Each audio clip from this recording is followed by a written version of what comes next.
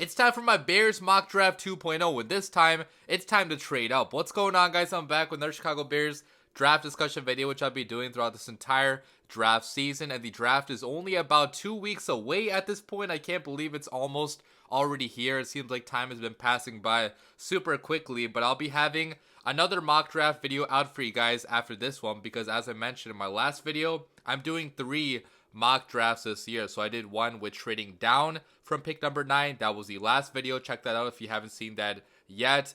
This video is going to be the trade up video, trade up from pick number 9, and the next video is going to be staying at pick number 9. I want to give you guys 3 different scenarios for what the Bears could be doing, because I have no idea what direction the Bears are going. Okay, it's anybody's best guess what's going to happen after pick number 1. But yeah, this will be the trade up mock draft. And before Bears fans say there's no chance that Ryan Poles will be trading up when we only have 4 picks this year, Ryan Poles probably does not plan on picking this high ever again as GM. Okay, if things go according to plan, the Bears are not going to have a top 10 pick for a long time after this moment. So it's not only a pick for this upcoming year, it's going to be a pick for the next 5, potentially 10 years. Okay, if you really think there's somebody available at the top that could be that blue chip potential Hall of Fame level talent, and you have the chance to get him, you're not going to miss those mid-round picks or second-round pick, whatever you have to trade to go up and get that guy. You're not going to miss that if that player becomes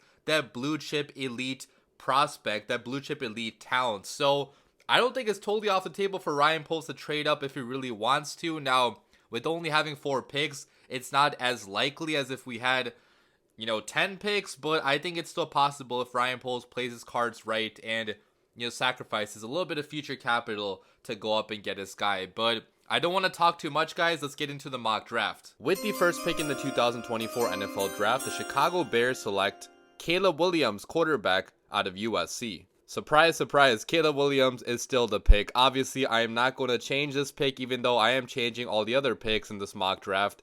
Number 1 is going to be Caleb Williams. There's no chance it's going to be anybody else unless Caleb Williams commits some sorts of crimes before the NFL draft, which I don't think he will, knock on wood. But yeah, I'm not going to talk about this pick too much because I already went in depth about this in other videos, including my last mock draft. If you guys want my full opinion on Caleb Williams as a prospect, but kind of just repeating some of the major points just a little bit briefly. He is the best quarterback available in this draft. He has been the best quarterback available in this class for the past 2 years now. I feel like NFL fans and draft fans especially have become a little bit bored of him. It's kind of a case of prospect fatigue because Caleb Williams has been a really talented quarterback prospect for a long time now, where people kind of got bored of him being at the top, so they've been picking apart every single flaw in his game. And yes, there are some flaws in this game. Okay, he's not a perfect prospect by any means, but there's just way too much upside with Caleb Williams for him to not be the number 1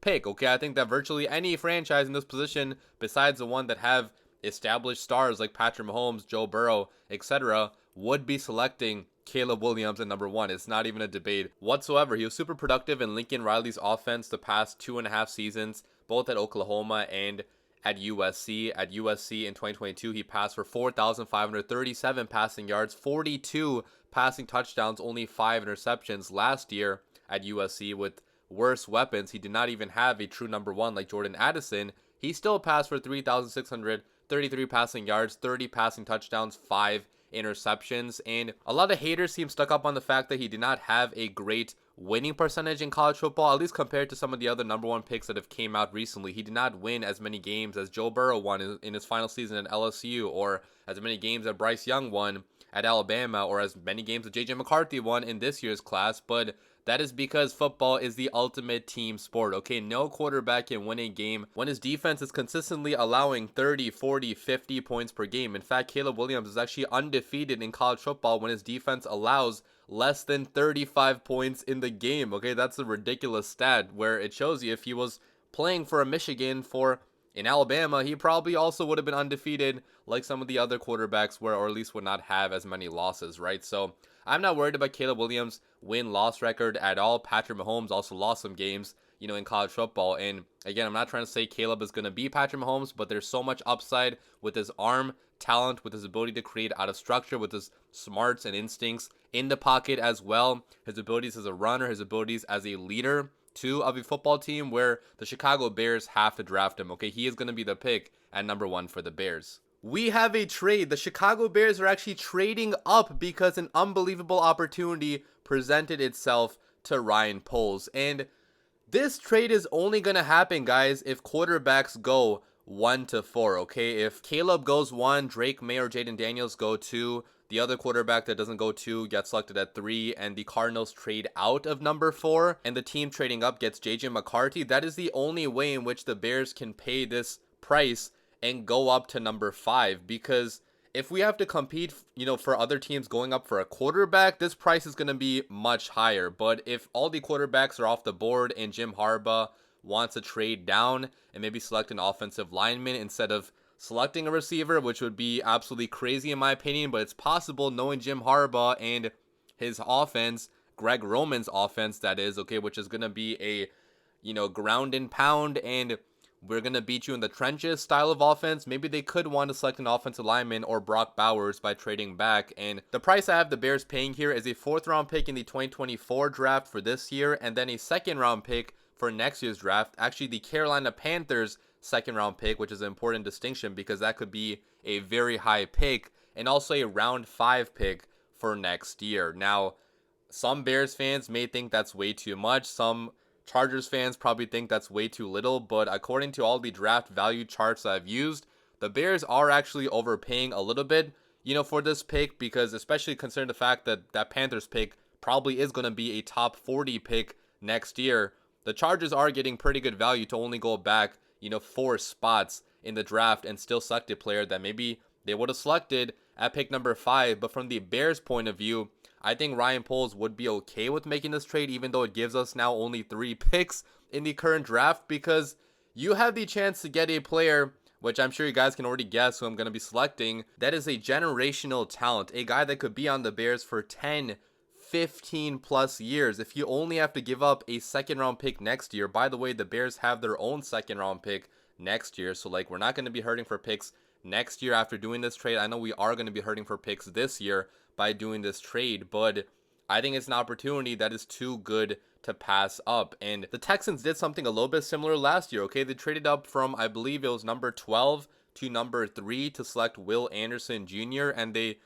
gave up a future 1st round pick. Now, I don't think the Bears will have to give up a future 1st round pick because they're only moving back 4 spots. They're not paying the quarterback price. They're not, negotiating against teams that are looking to move up for a quarterback, and that Panthers pick is going to be a pretty high pick, okay? I think we can accurately predict that right now because the Panthers roster still is not that good, okay? I think the Panthers could be, again, a bottom 3 team, in which case this could be pick number 35, pick number 36 that we are trading away, which is really close to being a 1st round pick. So the Chargers could win here, the Bears also could win here, and especially if Ryan Poles wants to start winning football games right now, this would be a move to do that. With the 5th pick in the 2024 NFL Draft, the Chicago Bears select Marvin Harrison Jr., receiver out of Ohio State.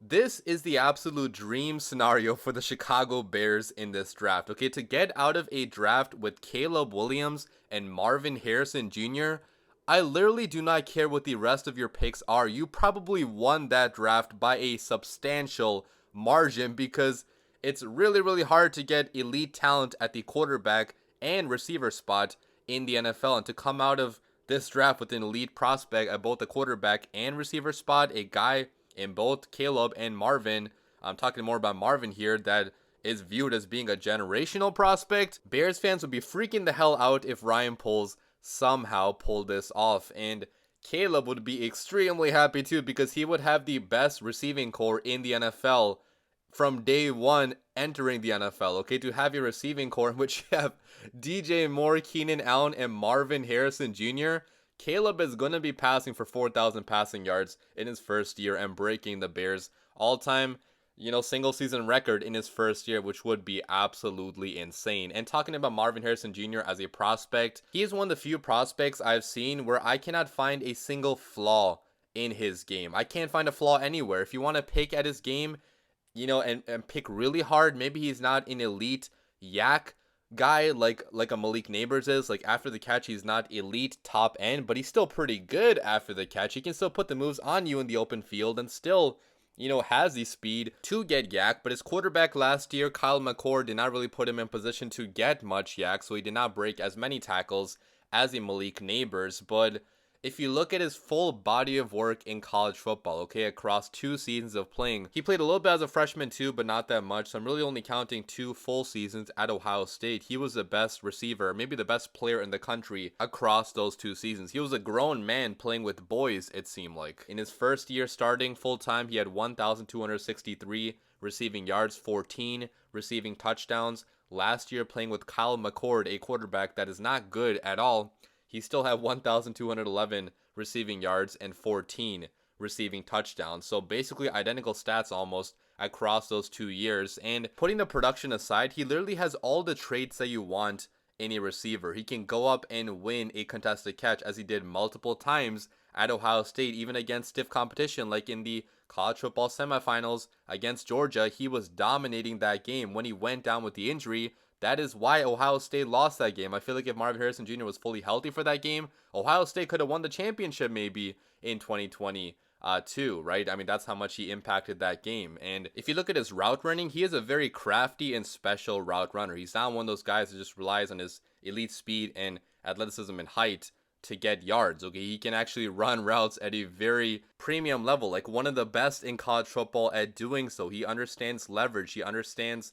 coverages, and he knows where to settle in between the zones, so he can really be open all the time. And he does have the top end speed to complement that too. He did not run the 40-yard dash or do any testing during this offseason, which I wish he did, but I think he would have ran a 4.3, maybe 4.35 40-yard dash, because on tape he is ridiculously fast. He has really good change of direction, really good lateral speed, very good agility, very good acceleration. He has all the athletic and physical tools to be a game breaker in the NFL. He's 6'4", so pretty tall, but even when he's not open, guys, he still is open because he has the premium ball skills too, as I mentioned, where he can go up and win any jump ball. He can make the one-handed grab. He can dive for a ball and still keep his feet in bounds somehow. He can really contort his body to any angle, come back for the ball. His ball tracking is phenomenal, okay? Best of the best. So this is the guy that truly has it all. I think he's going to have a very long NFL career, 10, 15 plus years, and maybe be a Hall of Famer just like his dad, because all the tools are there in him. If he puts his mind to it, goes to the right team, he's definitely going to be a very productive receiver from day one. Like, he could be a top 10 receiver, top 15 receiver from the very second he enters the NFL. That's how talented this guy is. And if the Bears have a chance to get him, they would be one of the luckiest teams in the NFL. So I would be a very big fan of this pick. I think a lot of Bears fans will be as well. We have another trade. Even though this was the trade up mock draft, I did not say I would not be trading down at some point. I'm going to be trading down a little bit later in the draft with my 3rd round pick to recoup some of the draft value that we don't have this year, since we only had 3 picks after trading up for Marvin. So I am trading down from pick number 75 in the 3rd round to pick number 93. In exchange, I'm also getting a 4th round pick number 113. And my reasoning behind this trade is simple, okay? I think that having 3 picks in the draft is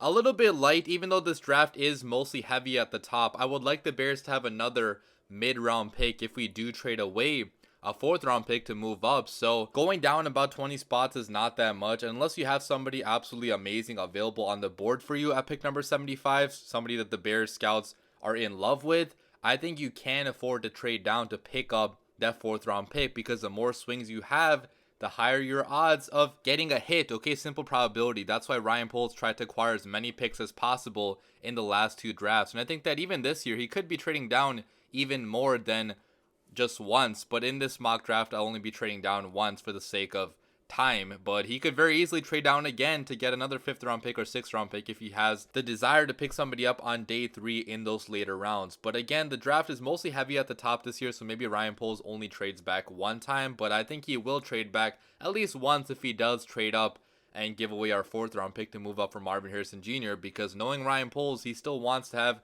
at least some picks in this draft. So I think this trade could work out well for both the Ravens and the Bears. With pick number 93 in the 2024 NFL Draft, the Chicago Bears select Mohamed Kamara, edge rusher out of Colorado State. Kamara is one of my favorite prospects because the only knocks against him are things he cannot control. Okay, he is a little bit on the smaller size in terms of length, which is something obviously he can't control. That's his God-given, you know, genetics. So, you know, a little bit smaller than, you know, some of the other prospects in this draft. And another thing he can't control was the level of competition he faced in college football. Obviously, Colorado State does not go up against the best of the best competition. So those are the two biggest gripes against him as a prospect, which maybe are why he's going to be falling to, you know, round 3, round 4. But the production was off the charts in college football, and the tape also showed a lot of things to be excited about. First of all, looking at his stats, so 2021 he had 9.5 tackles for loss, 6.5 sacks. 2022 he had 16 tackles for loss, 8.5 sacks, and then last year he had his best year yet, 17 tackles for loss and 13 sacks, just stuffing that stat sheet up. And if you look at his RAS, he is elite athletically, at least in terms of speed and explosion. His size is not good. Okay, you guys can see a very poor size grade, but very fast in terms of get off, that 10-yard split, 40-yard dash, really good. Vertical broad jump, very, very good. So he is a top-end athlete, but the only thing holding him back maybe at the next level is going to be his size, because going up against NFL-level offensive linemen, it is going to be a different story potentially, and he's going to have to make up for his lack of length and size with better technique, with better energy, with a better motor, which are all things he showed a lot on tape at Colorado State. And I think those are things that can transfer over to the NFL level. This guy plays at 100% at all times. Okay, you cannot find many plays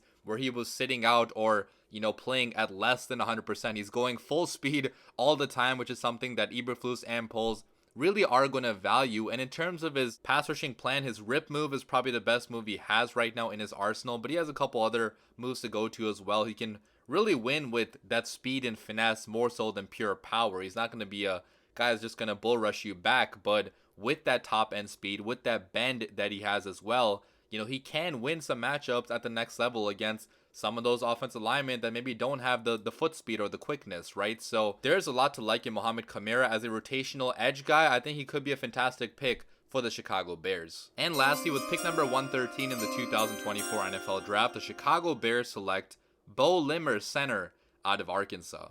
Bo Limmer is an interior offensive lineman more than just a center. He actually played more guard than center. He only played center all of last year, but before that he played 3 full seasons at right guard. So I do like that versatility, that he has the ability to play both guard and center, because we know both of our guards, Tevin Jenkins and Nate Davis, missed time last year due to injuries. They're probably going to miss some time again next year. At least Tevin Jenkins probably is going to miss some time. I hope he doesn't, but looking at his past history, he's probably going to miss a few games at least next season. So it's going to be important to have that depth behind him. And Bo Limmer, I think, is going to be going into a very good situation on the Chicago Bears, because he doesn't have to start right away. If he wins the job in camp, even better. But he is a guy that fits the scheme perfectly. A very athletic dude that, according to RAS testing, is one of the most athletic offensive linemen available in this class. A 9.8 RAS, so very gifted athletically. He can move laterally the way that the Bears want their offensive line to move